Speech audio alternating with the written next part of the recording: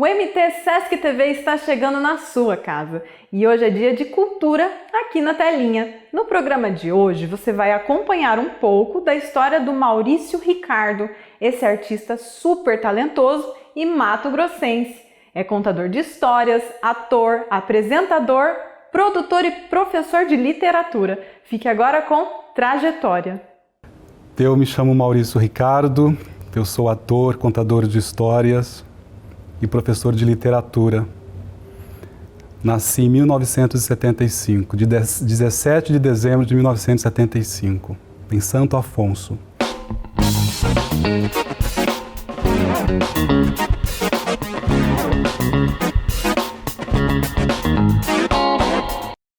Na época, Afonso era um distrito de Arenápolis. Hoje é um município, ainda pequeno, né?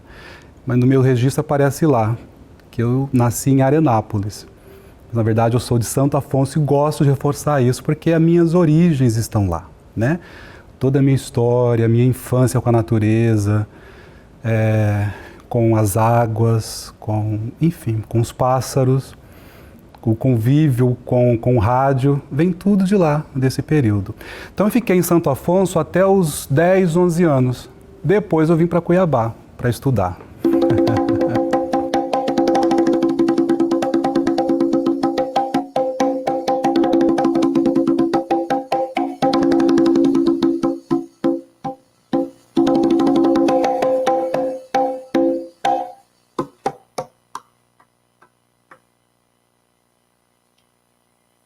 Você já deve ter ouvido histórias de Jajá, Gigi, Jojo, até de Juju. Mas de Gegé, essa vai ser a primeira vez. Sim, eu tenho uma lenda guardada aqui no bolso da minha memória que eu quero compartilhar contigo. Há muitos e muitos anos, na cidade de Rosário Oeste, Mato Grosso, nascia Gegé.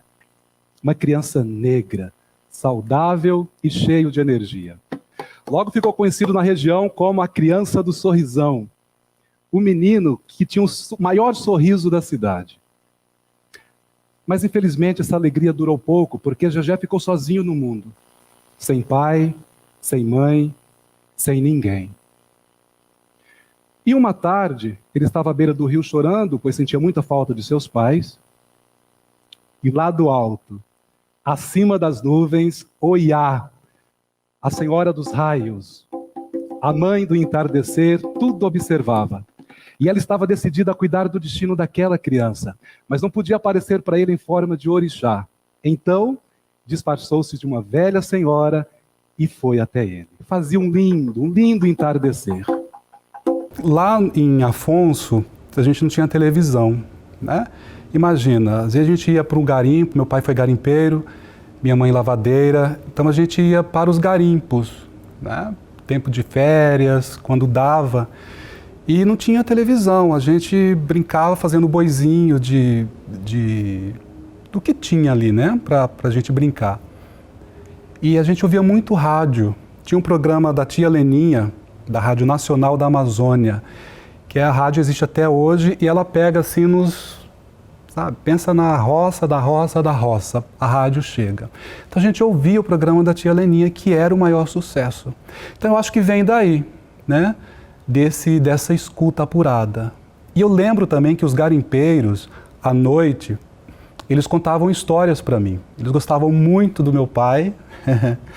E aí eu acho que por conta disso, por ter uma criança ali no meio daqueles garimpeiros, né, sem muita ludicidade, alguns acabavam contando histórias.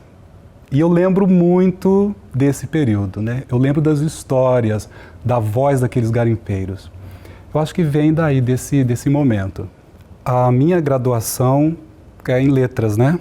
Então eu falo assim que, assim como a UFMT foi a minha graduação em letras, o Sesc Arsenal foi a minha pós-graduação em teatro, em literatura, né? Aqui eu entrei em contato com as mais variadas vertentes em teatro, em gêneros. Aqui a gente recebeu os maiores nomes do teatro nacional, internacional. Então eu entrei em contato com grandes espetáculos. Eu jamais teria condições financeiras de viajar e assistir esses espetáculos. né, de fazer os cursos de literatura, de dança.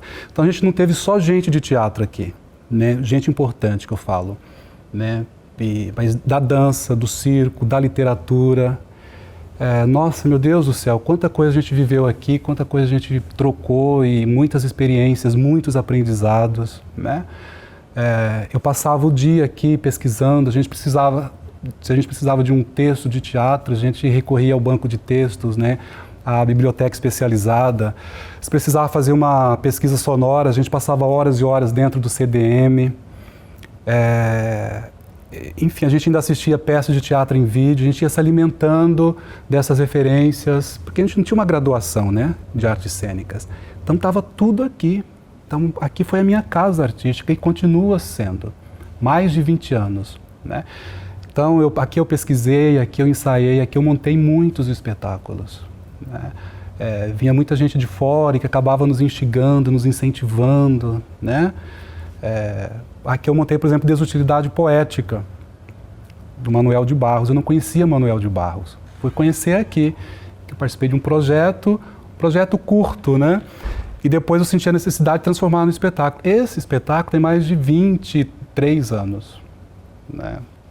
Então eu falo que a minha vida está aqui, minha vida artística foi construída aqui, né? Claro, eu tive um período lá na Escola Técnica, no Ânima, né? Um período muito importante, com Gilberto Nasser e toda a galera, mas eu falo que a pós-graduação mesmo acho que aconteceu aqui, né? Então eu sou muito grato ao Sesc, muito grato a esse espaço. Magicamente brotará, mais evidente que o ar, mais do que mágica, mais eu imaginava. Se deixo pista no meu caminho, já não há mais ilusão. Deixo cair sementes da minha mão. Bom dia, e mundo meu, canção do sol que nasceu. Bernardo me ensinou. Para infantilizar formigas é só pingar um pouquinho de água no coração delas. Achei fácil. Manuel de Barros. Então, assim, o que me tem motivado ultimamente é falar daqui, né? Eu tenho muito me inspirado no nosso povo, na nossa gente. Então, assim, nessa minha trajetória de contador de histórias, que não é muito longa, né? Eu sempre vinha mais trabalhando com o teatro. A contação de história, ela era paralela ao teatro, né? Mais na sala de aula, mais em congressos, né?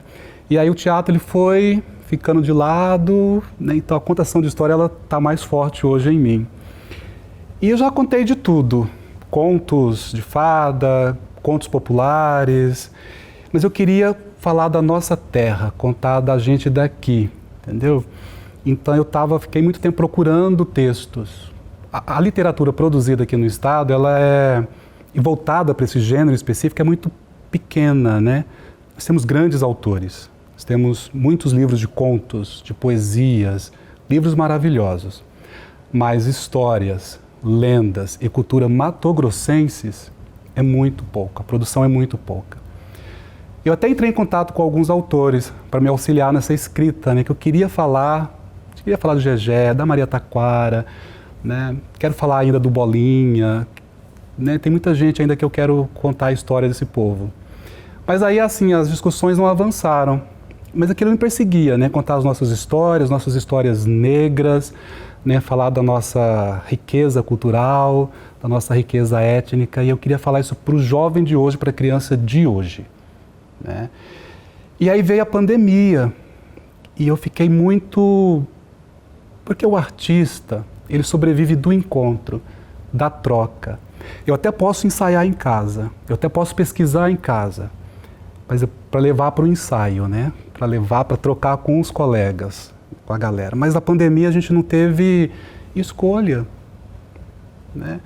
A gente foi muito rigoroso, a gente tinha que ficar em casa e cuidando da mente, cuidando do corpo. Eu tive coceira por todo o meu corpo, né? Claro que foi psicológico isso. Uma coceira que até me emociono. Chegava carne viva. E sem poder sair, sem poder trocar com os amigos. Foi muito difícil. O que eu vejo aqui, uma criança de bom coração, que tem um espírito guerreiro. Há muito tempo eu procuro uma criança como um Bosmicê. Queres fazer parte da minha família? Quero. Queres ser meu filho? Quero sim. Então venha cá e me dê um abraço forte, apertadinho. Isso! E a partir de hoje, Bosmicê será um príncipe. Um príncipe, sim. E eu vou cuidar do seu destino com muito amor e carinho, meu príncipe. E a partir de hoje, Bosmicê será conhecido como Gegé. Gegé de Oiá. Obrigado, minha mãe. Obrigado por ter me encontrado. E, gente, e no colo da sua nova mãe, Gegé voltou a sorrir novamente, voltou a ter um lar, uma família, voltou até para a escola. Mas tinha uma coisa que ele sentia que não estava certo na vida. Porque alguns colegas do bairro, do colégio e de outras localidades o tratavam com indiferença. Muitos não queriam ficar perto dele, achavam que ele era esquisito, estranho. Muitos humilhavam por causa da cor da sua pele. Mas Gegé tinha um bom coração, não guardava mágoas. E para espantar a tristeza, ele cantava e dançava vigorosamente ao som dos atabaques.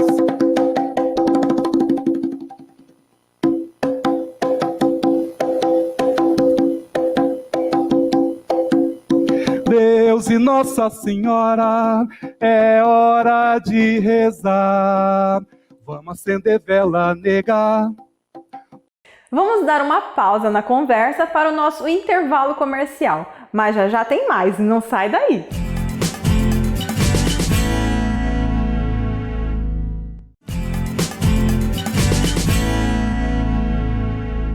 Estamos de volta e no programa de hoje você está conhecendo um pouco mais sobre a trajetória do multiartista Maurício Ricardo. Além de contar um pouco sobre a sua trajetória e relação com a contação de histórias, Maurício compartilha conosco um pouco sobre a concepção do espetáculo Lendas Negras da Baixada Cuiabana. Continue nos acompanhando!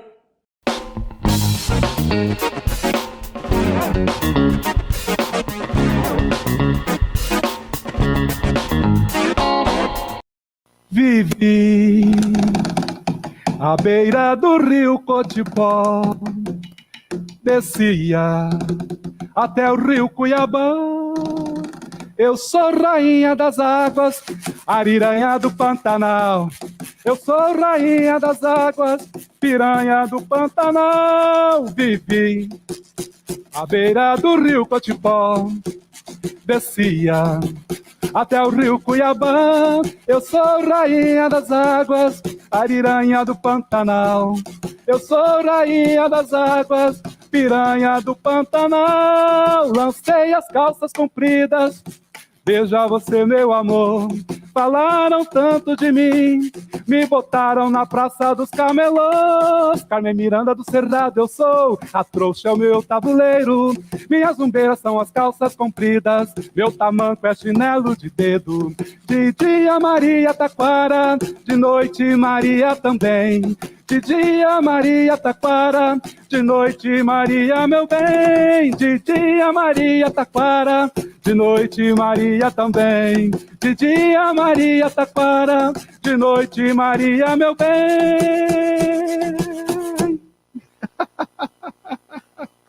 Mas, por outro lado, trancado em casa e trancado em mim mesmo, eu acho que eu sobrevivi, né? Para viver um outro momento.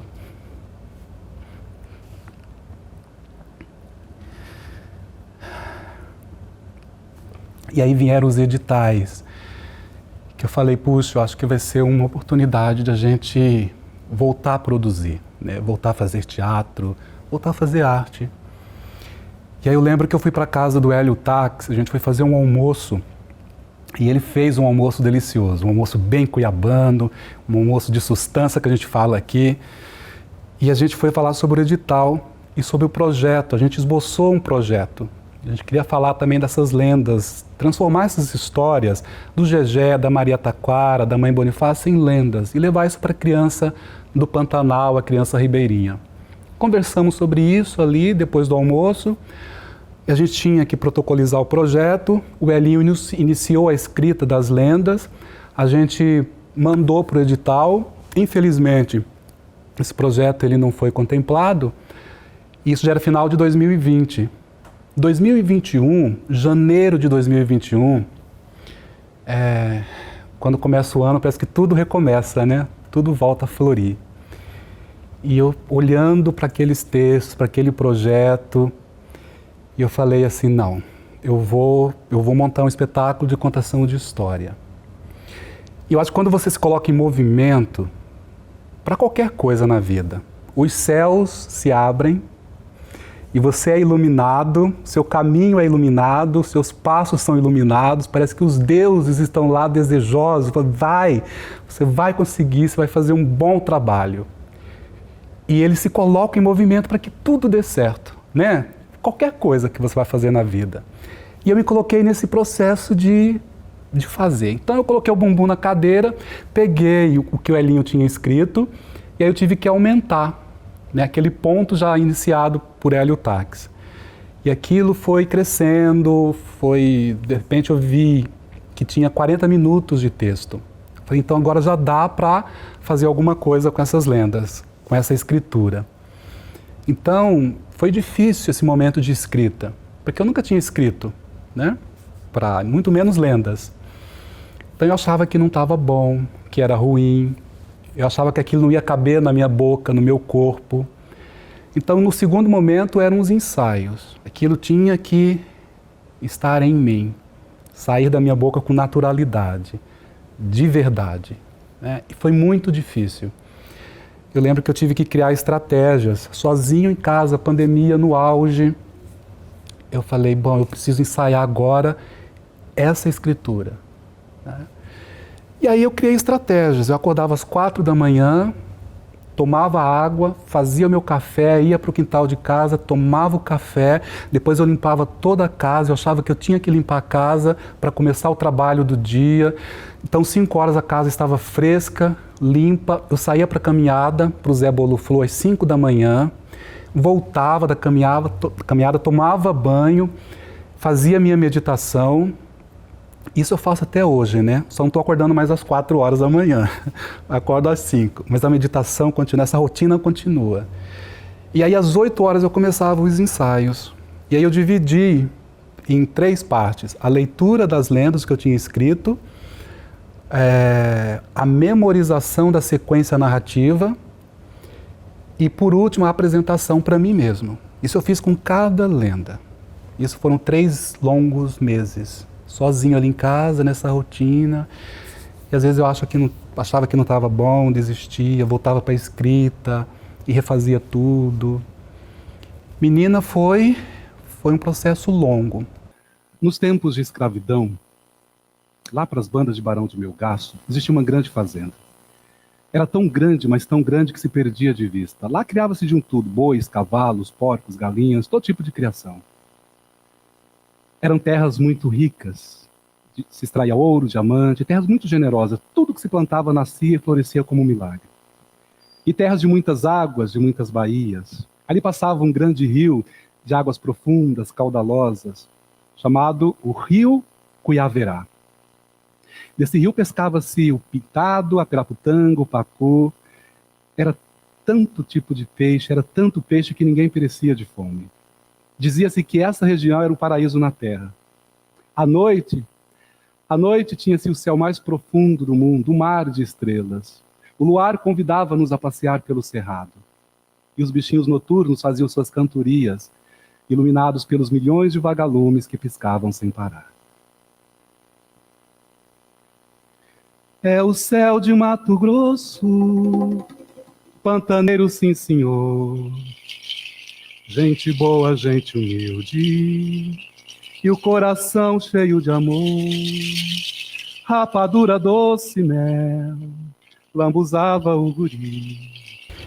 Aí eu coloquei as musiquinhas, né? Eu falei, eu acho que eu posso colocar sons, batuque, sonoridade. Então eu também inventei a escrever algumas letras das músicas do espetáculo. Algumas vieram numa sentada, por exemplo, o Céu de Mato Grosso veio numa sentada. A melodia e a letra, né? É o céu de Mato Grosso, pantaneiro, sim senhor, gente boa, gente humilde, coração cheio de amor. Veio assim numa sentada. A música das ervas, essa veio primeiro a melodia, né? Pam, pam, pam, pam, pam, pam, pam, pam, pam, pam, pam, pam, pam, pam, pam. Depois de um tempo, a letra.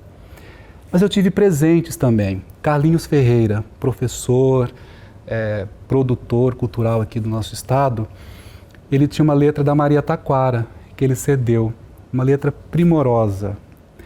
Tem também um poema da Jussara Natioli, que ela estava lançando o seu livro Chão Batido, ela me apresentou o livro antes da publicação, eu li alguns poemas, na verdade eu li todo o livro, mas alguns poemas me chamaram a atenção, eu musiquei alguns e mandei, do reequilíbrio mandei para ela, que ela gostou muito, chorou, mas eu não sabia que ia montar Lendas Negras, não sabia que ia fazer nada. Então essa música ela entrou no finalzinho do processo. Aí eu chamei o Daniel Bayer, que é um músico sensível, que somou junto, né? Daniel Bayer é um grande amigo. Então foi muito legal ver ele colocando os instrumentos nas músicas. E aquilo foi ganhando corpo, Karine, foi ganhando vida, né? A Jane Klitz, com o figurino que ela trouxe, um figurino que dialoga com as cores de Mato Grosso, com as cores da Mãe África. A Jane, ela é uma bruxa, né? Ela é uma fada, ela tem mãos de fada, ela consegue fazer maravilhas. Então ela também me presenteou com um figurino maravilhoso. Só faltava um detalhe, que eu não tinha onde estrear. Tudo pronto, eu falei, onde que eu vou estrear isso? 6 meses de pesquisa, de ensaio, e milagrosamente, lembra dos deuses? O Sesc me liga, este Sesc me liga, para que eu apresentasse aqui, estreasse aqui. Então, eu estreiei aqui neste palco, dia 10 de junho de 2021, com luz, um cenário, com figurino, tudo, é esse vídeo que está no YouTube, né? Então lembra que eu falei que quando vocês colocam em movimento, os céus ele se abre? Eu sou a prova viva disso, né? Então, e hoje, dia 31 de janeiro de 2022, né, que a gente está gravando esse vídeo, há 1 ano atrás, eu me colocava nesse processo de fazer. E para sobreviver também. Tudo isso.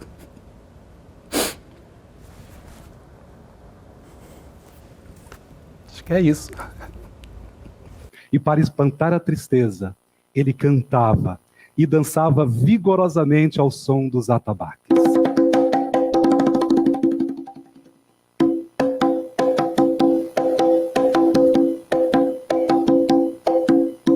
Deus e Nossa Senhora, é hora de rezar. Vamos acender vela, nega, vai esse menino mudar. Rezo pra mim, rezo pra ele. Esse filho há de se transformar, esse filho há de se transformar. Pense em tudo que fez, se arrepender e voltar. Aí, nega, faz obrigação de ajudar. Nega, faz de tudo que sabe, pra esse filho se ajustar, pra esse filho se ajustar. Vamos acender vela, nega, é hora de rezar. Vamos lá, eu de cá, vocês de lá, agora é só começar. Vamos lá, eu de cá, vocês de lá, agora é só começar. O Sesc Mato Grosso trabalha para valorizar e fomentar sempre as manifestações artísticas mato-grossenses. É uma honra para nós ser palco de tantas histórias, trajetórias de sucesso. O programa de hoje está chegando ao fim e você pode continuar nos acompanhando nas redes sociais. E hoje é dia da música ao vivo no Sesc Arsenal, hein? Confira a programação no @SescMT. Tchau!